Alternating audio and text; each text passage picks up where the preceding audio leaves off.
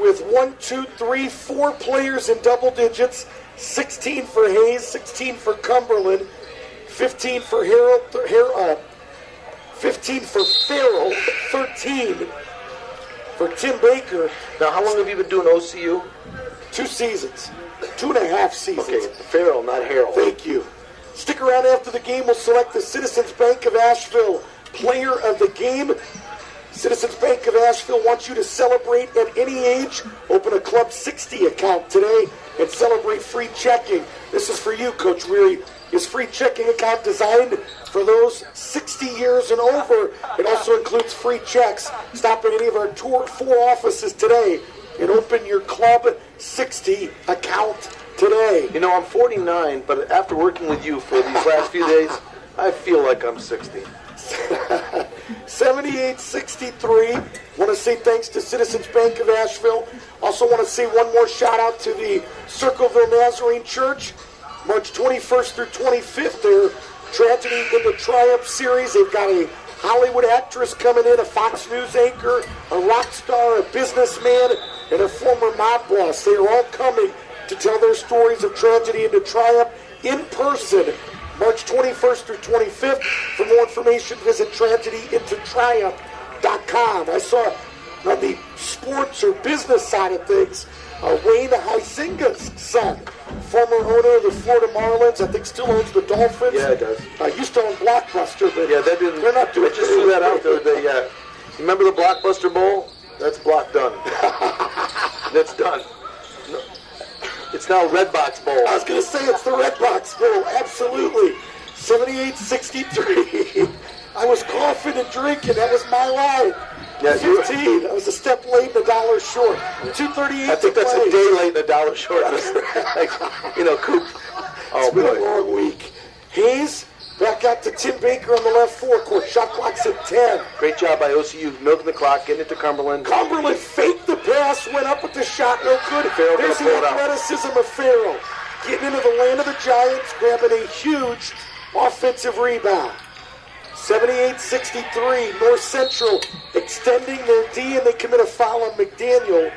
We're into the bonus now. It's 23, Burt, the guilty party. His second, the team's 7th, to the free throw line is the southpaw, the sophomore out of Columbus, Anthony McDaniel. McDaniel's free throw no good.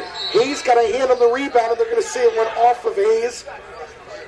Back to North Central. So the Rams trailing by 15 with 2:11 left to play.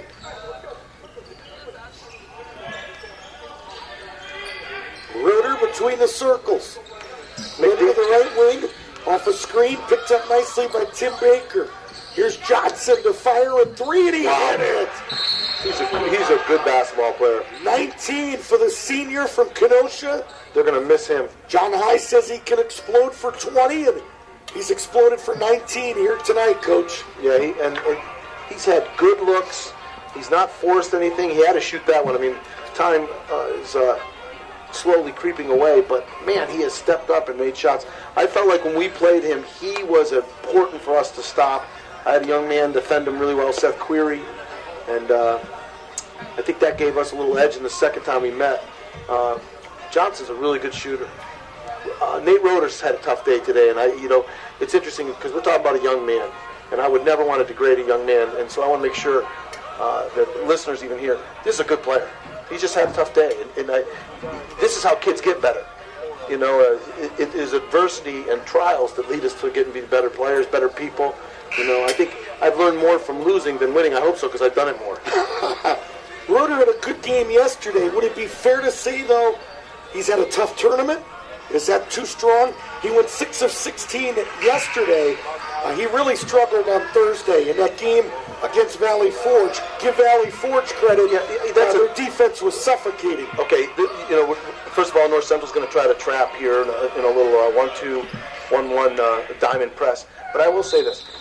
At this level, when you get to the national tournament, you're now facing better defenders. You're facing, really good coaching who are going to be very, very assured of making somebody else beat you than your best players. And so, it's a different look for not only Roeder, it's going to be a different look for your Johnsons, although he stepped up. Whereas, Cumberland can create his own shot, too. And that Nate's got to probably get a little help from his teammates, get some screens. North Central got the steal that they needed as Cumberland, or turnover they needed. Cumberland stepped on the sideline. Luke Furr in for three-point purposes as Koistra goes right to the rim, and John High going to use another timeout. It's a great job by Koistra to give the little up fake, because everybody and their brother thinks he's shooting the three. Take it. A good job by Ohio Christian not giving the old-fashioned three-point play away by fouling. Instead, just let him get the two. Stranger things have happened. Both of these coaches told me we're going to play to win this game, Coop, and they are doing that right now. The lead is down to 10. 10-point lead for Virginia the other day, and they coughed it up. Did they really? Last 54 seconds, wow. Something to that effect. So, and I say coughed it up, that, players make plays. Last night in the Syracuse-UConn game, UConn was up 5. They had 2 turnovers in the last 30 seconds. Is that right? Yeah. Ohio State yesterday pulled out a big win with North. I got to get your team in there. I know. Thank you very much. Thad Matta, the best coach in the country. I want to tell you that free throw-wise, interesting. Michael Baker, 44%. James Nelson at 53%. If either of those guys are in, which they're not, the guy to probably foul is Jeremy Hayes. He's at 65%. And he's taking the ball out of bounds. He's kind of been up and down. They inbound it to Tim Baker, one of the best free throw shooters on the team. To Farrell, even better. And now to Cumberland, even better. And they foul Cumberland, who shoots him at a 78% clip. And he'll go to the free throw line and shoot the 1-and-1. Buck 32 to play, 78-68. Big 1-and-1 here for Terrell Cumberland. The foul on Burnt is his 4th, the team's 8th, so one more 1-and-1 after this, and it'll be 2 the rest of the way, and Cumberland nothing but net. Cumberland has been solid in so many different ways in this tournament, not just shooting. Even in that scenario there, strong with the ball, very athletic. Great to have a guy like that at the end of the game knocks down free throws.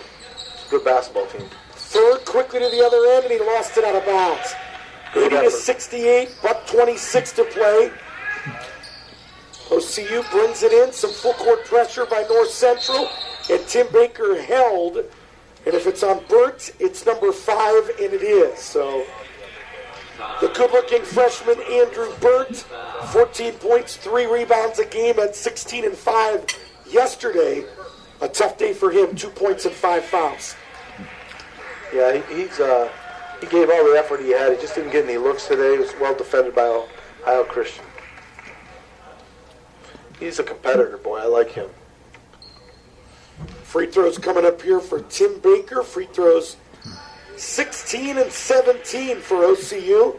Currently 8 of 16 for only 50%. Tim Baker with 14. Cumberland leads the way with 18 for OCU. And it's Ross Johnson with 19 to lead the Rams. Here's Johnson again. His 3 came up long, no good. Rebound Tim Baker, and Baker threw it away. Wow. Is that Delph running up in the crowd? That is Josh Delph. And I'm glad he's down by the equipment down there and not down here by our equipment. And Daniel, the man running things for the media here, agrees. 81-68. Fur shows 3, now fires 3 and hits. That was a nice job by Fur to create some space. Shoots 35% on 3s. It cuts the lead back to 10. And Mike Farrell going to go to the other end and watch. I thought there was a foul. Instead, it was a 30-second timeout. 81-71, 56.9 left. Coach, same exact strategy. Full court denial, get a steal.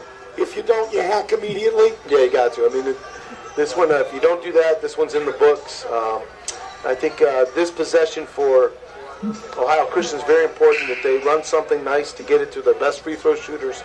Kind of seal the deal here.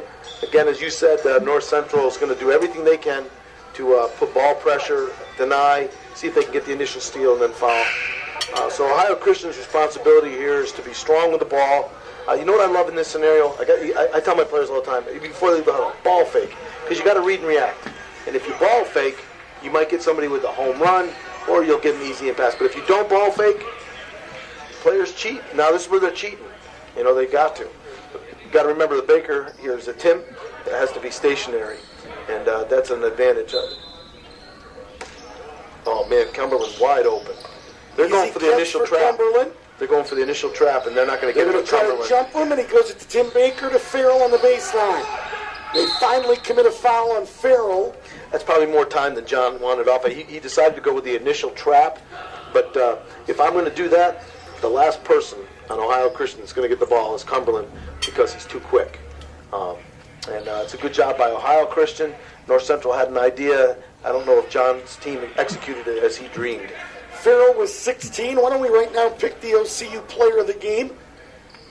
No question tonight? Well, I think he's been the player of the tournament for them, you know. And that has been Cumberland. I just think this kid's got a whale of a game. And I did. Two Ohio Christians just screened each other. But would you agree with Cumberland? I agree with that, absolutely. And again, you know,